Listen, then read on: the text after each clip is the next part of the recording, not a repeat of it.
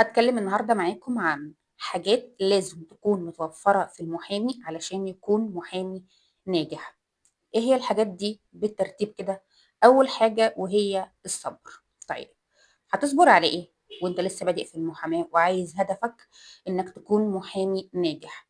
اول حاجة الصبر على الامور المادية. تاني حاجة وهي الصبر على التعليم في المحاماة. خلينا نفصل كل واحدة فيهم بالراحة كده. يعني ايه الصبر على الامور المادية؟ هتصبر في الامور المادية في الاول، ان المحاماة ممكن في البداية وانت لسه نازل تتدرب مش هتوفي لك الامور المادية كاملة. معنى ايه؟ انت ليك احتياجات مادية عايز توفيها، اكيد الراتب اللي هتاخده من المكتب اللي انت بتتدرب فيه مش هيوفي احتياجاتك، لانك لسه بتتدرب، لانك لسه مش بتقدم حاجة للمكتب اللي انت فيه. طيب، حد يقول لي برضو طب احنا هنعمل ايه؟ هاقول لك أولًا أنت ما قدامكش option تاني غير إن أنت هتصبر. ليه؟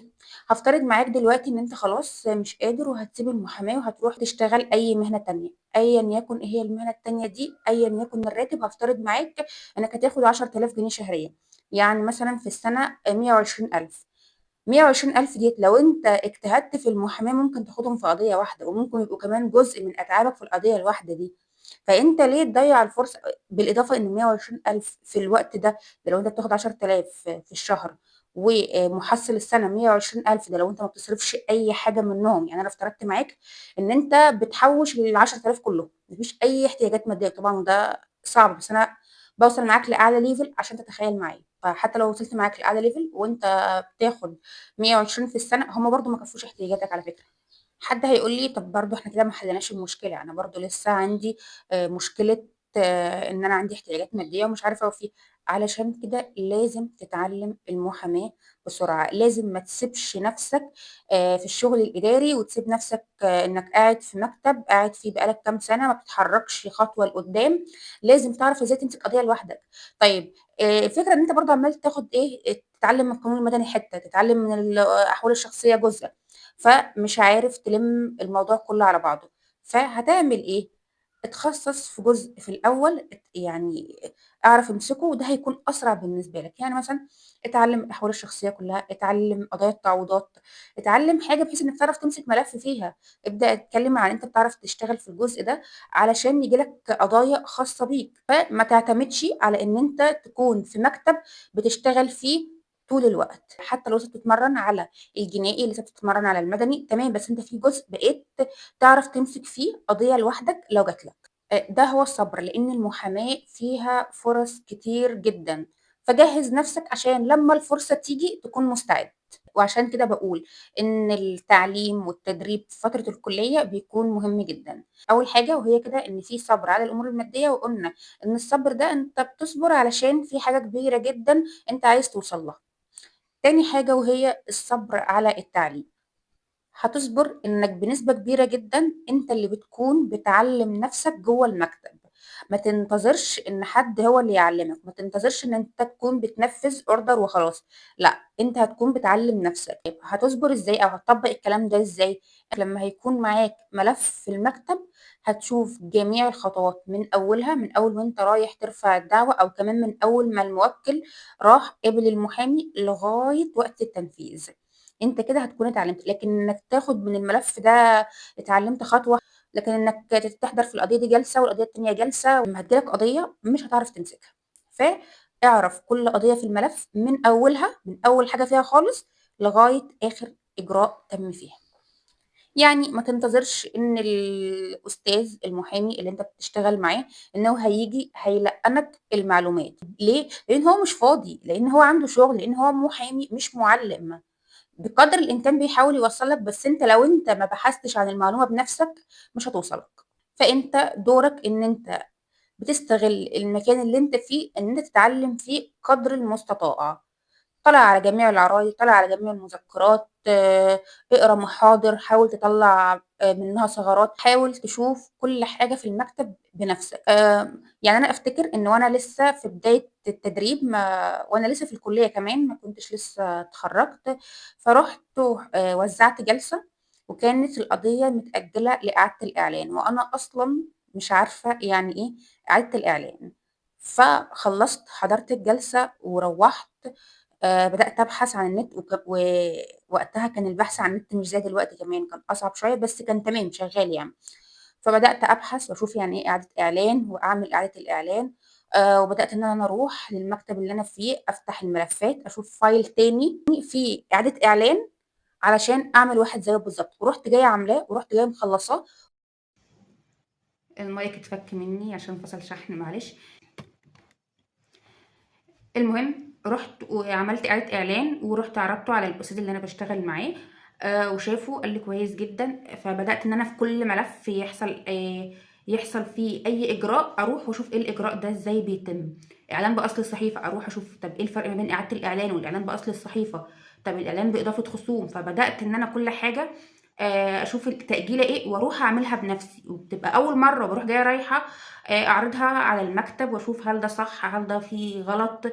أكيد ساعات بتبقى صح مضبوطة بنسبة 100%، أكيد أحيانًا بيكون في بعض التعديلات عليَّ. هو ده اللي كان بيعلّمني، لكن أنا مش هاروح المكتب أقول له لو سمحت يعني إيه إعادة إعلان، أقول له لو سمحت يعني إيه إعلان. لو اتقال وتم تلقين المعلومة بشكل شفوي مش هتثبت. أنا كل يوم بامُر بمليون حاجة جديدة في قلب المحكمة، طبيعي اللي أنا هاعلّمه لنفسي هو ده اللي بيثبت معايا. الموضوع مُتعب إن أنت بتقعد تعلّم نفسك، ولكن أنا قُلت إن أنت هتصبر على التعليم. وعشان تتأكد من النظرية دي إن أنت لازم تصبر على التعليم وإن أنت اللي بتعلّم نفسك مش المحامي اللي بيعلّمك، هي إنك هتشوف مثلًا لو في مكتب محاماة بيتدرّب فيه 5، 10 أيًا يكن، مجموعة متدربين بيتدرّبوا في نفس المكتب، وممكن يكون المجموعة دي بادئين مع بعض. هتلاقي المجموعة دي هيتخرّجوا من المكتب مش زي بعض، لأ في فرق كبير بينهم، رغم إن هُم ممكن يكونوا ما راحوش لمكتب تاني، كلّهم في نفس المكتب، يعني المعلومات هياها، بس في واحد علّم نفسه في المكتب ده وفي واحد فضل قاعد مستني المعلومة تيجي له، مش هتيجي لك، ولو جات لك مش هتيجي لك بالقدر الكافي اللي يخلّيك تكون محامي تقدر تفتح مكتب. تاني حاجة بعد الصبر هي الاجتهاد. تجتهد على قد ما تقدر. تجتهد ازاي؟ تجتهد انك تقرأ كتير جدا وانت بتطبق عملي. يعني مثلا جالك قضية خاصة بالتعويض عن نزع الملكية مثلا، يعني هتبدأ تقرأ كل القوانين المتعلقة بنزع الملكية وانت بتطبق. هتلاقي نفسك مع الوقت بدأت ان انت يكون عندك خلفية كبيرة جدا. هتقرأ احكام كتير خاصة بالموضوع ده، احكام محكمة النقض. طبعًا أنت القضايا اللي أنت بتجتهد فيها هي قضايا تبع المكتب مش قضايا خاصة بيك، فأنت هتشوف مثلًا قضية في المكتب هتبدأ تجتهد إن أنت تطلّع فيها مجهودك الشخصي، وتبدأ بعد ما تطلّع تروح تعرض اللي أنت حاولت تعمله على الأستاذ بتاعك علشان تشوف أنت الدنيا ماشية معاك إزاي، عشان تتناقش معاه. اجتهد إنك كل يوم تقرا معلومات كتير جدًا، إنك كل يوم تتعلم حاجات جديدة. الاجتهاد مش معناه إن أنا كل يوم رايح المحكمة، أنا كل يوم رايح المكتب. اجتهد إنك تعرف معلومات جديدة، إنك تكون ملم بقدر كبير جدًا كل يوم تكون استفدت فيه. ما ينفعش إن أنت نزلت طول اليوم قعدت في المحكمة عمّال تخلّص ورق، عمّال تخلّص حاجات، رجعت نهاية اليوم ما فيش محصلة. لأ، اجتهد، اقرأ بفهم، اجتهد بفايدة، اجتهد إنك تعرف إزاي تتعامل مع الموكلين، اجتهد في الدراسة. طيب بعد الصبر والاجتهاد أنت محتاج إيه؟ محتاج إنك يكون عندك إصرار.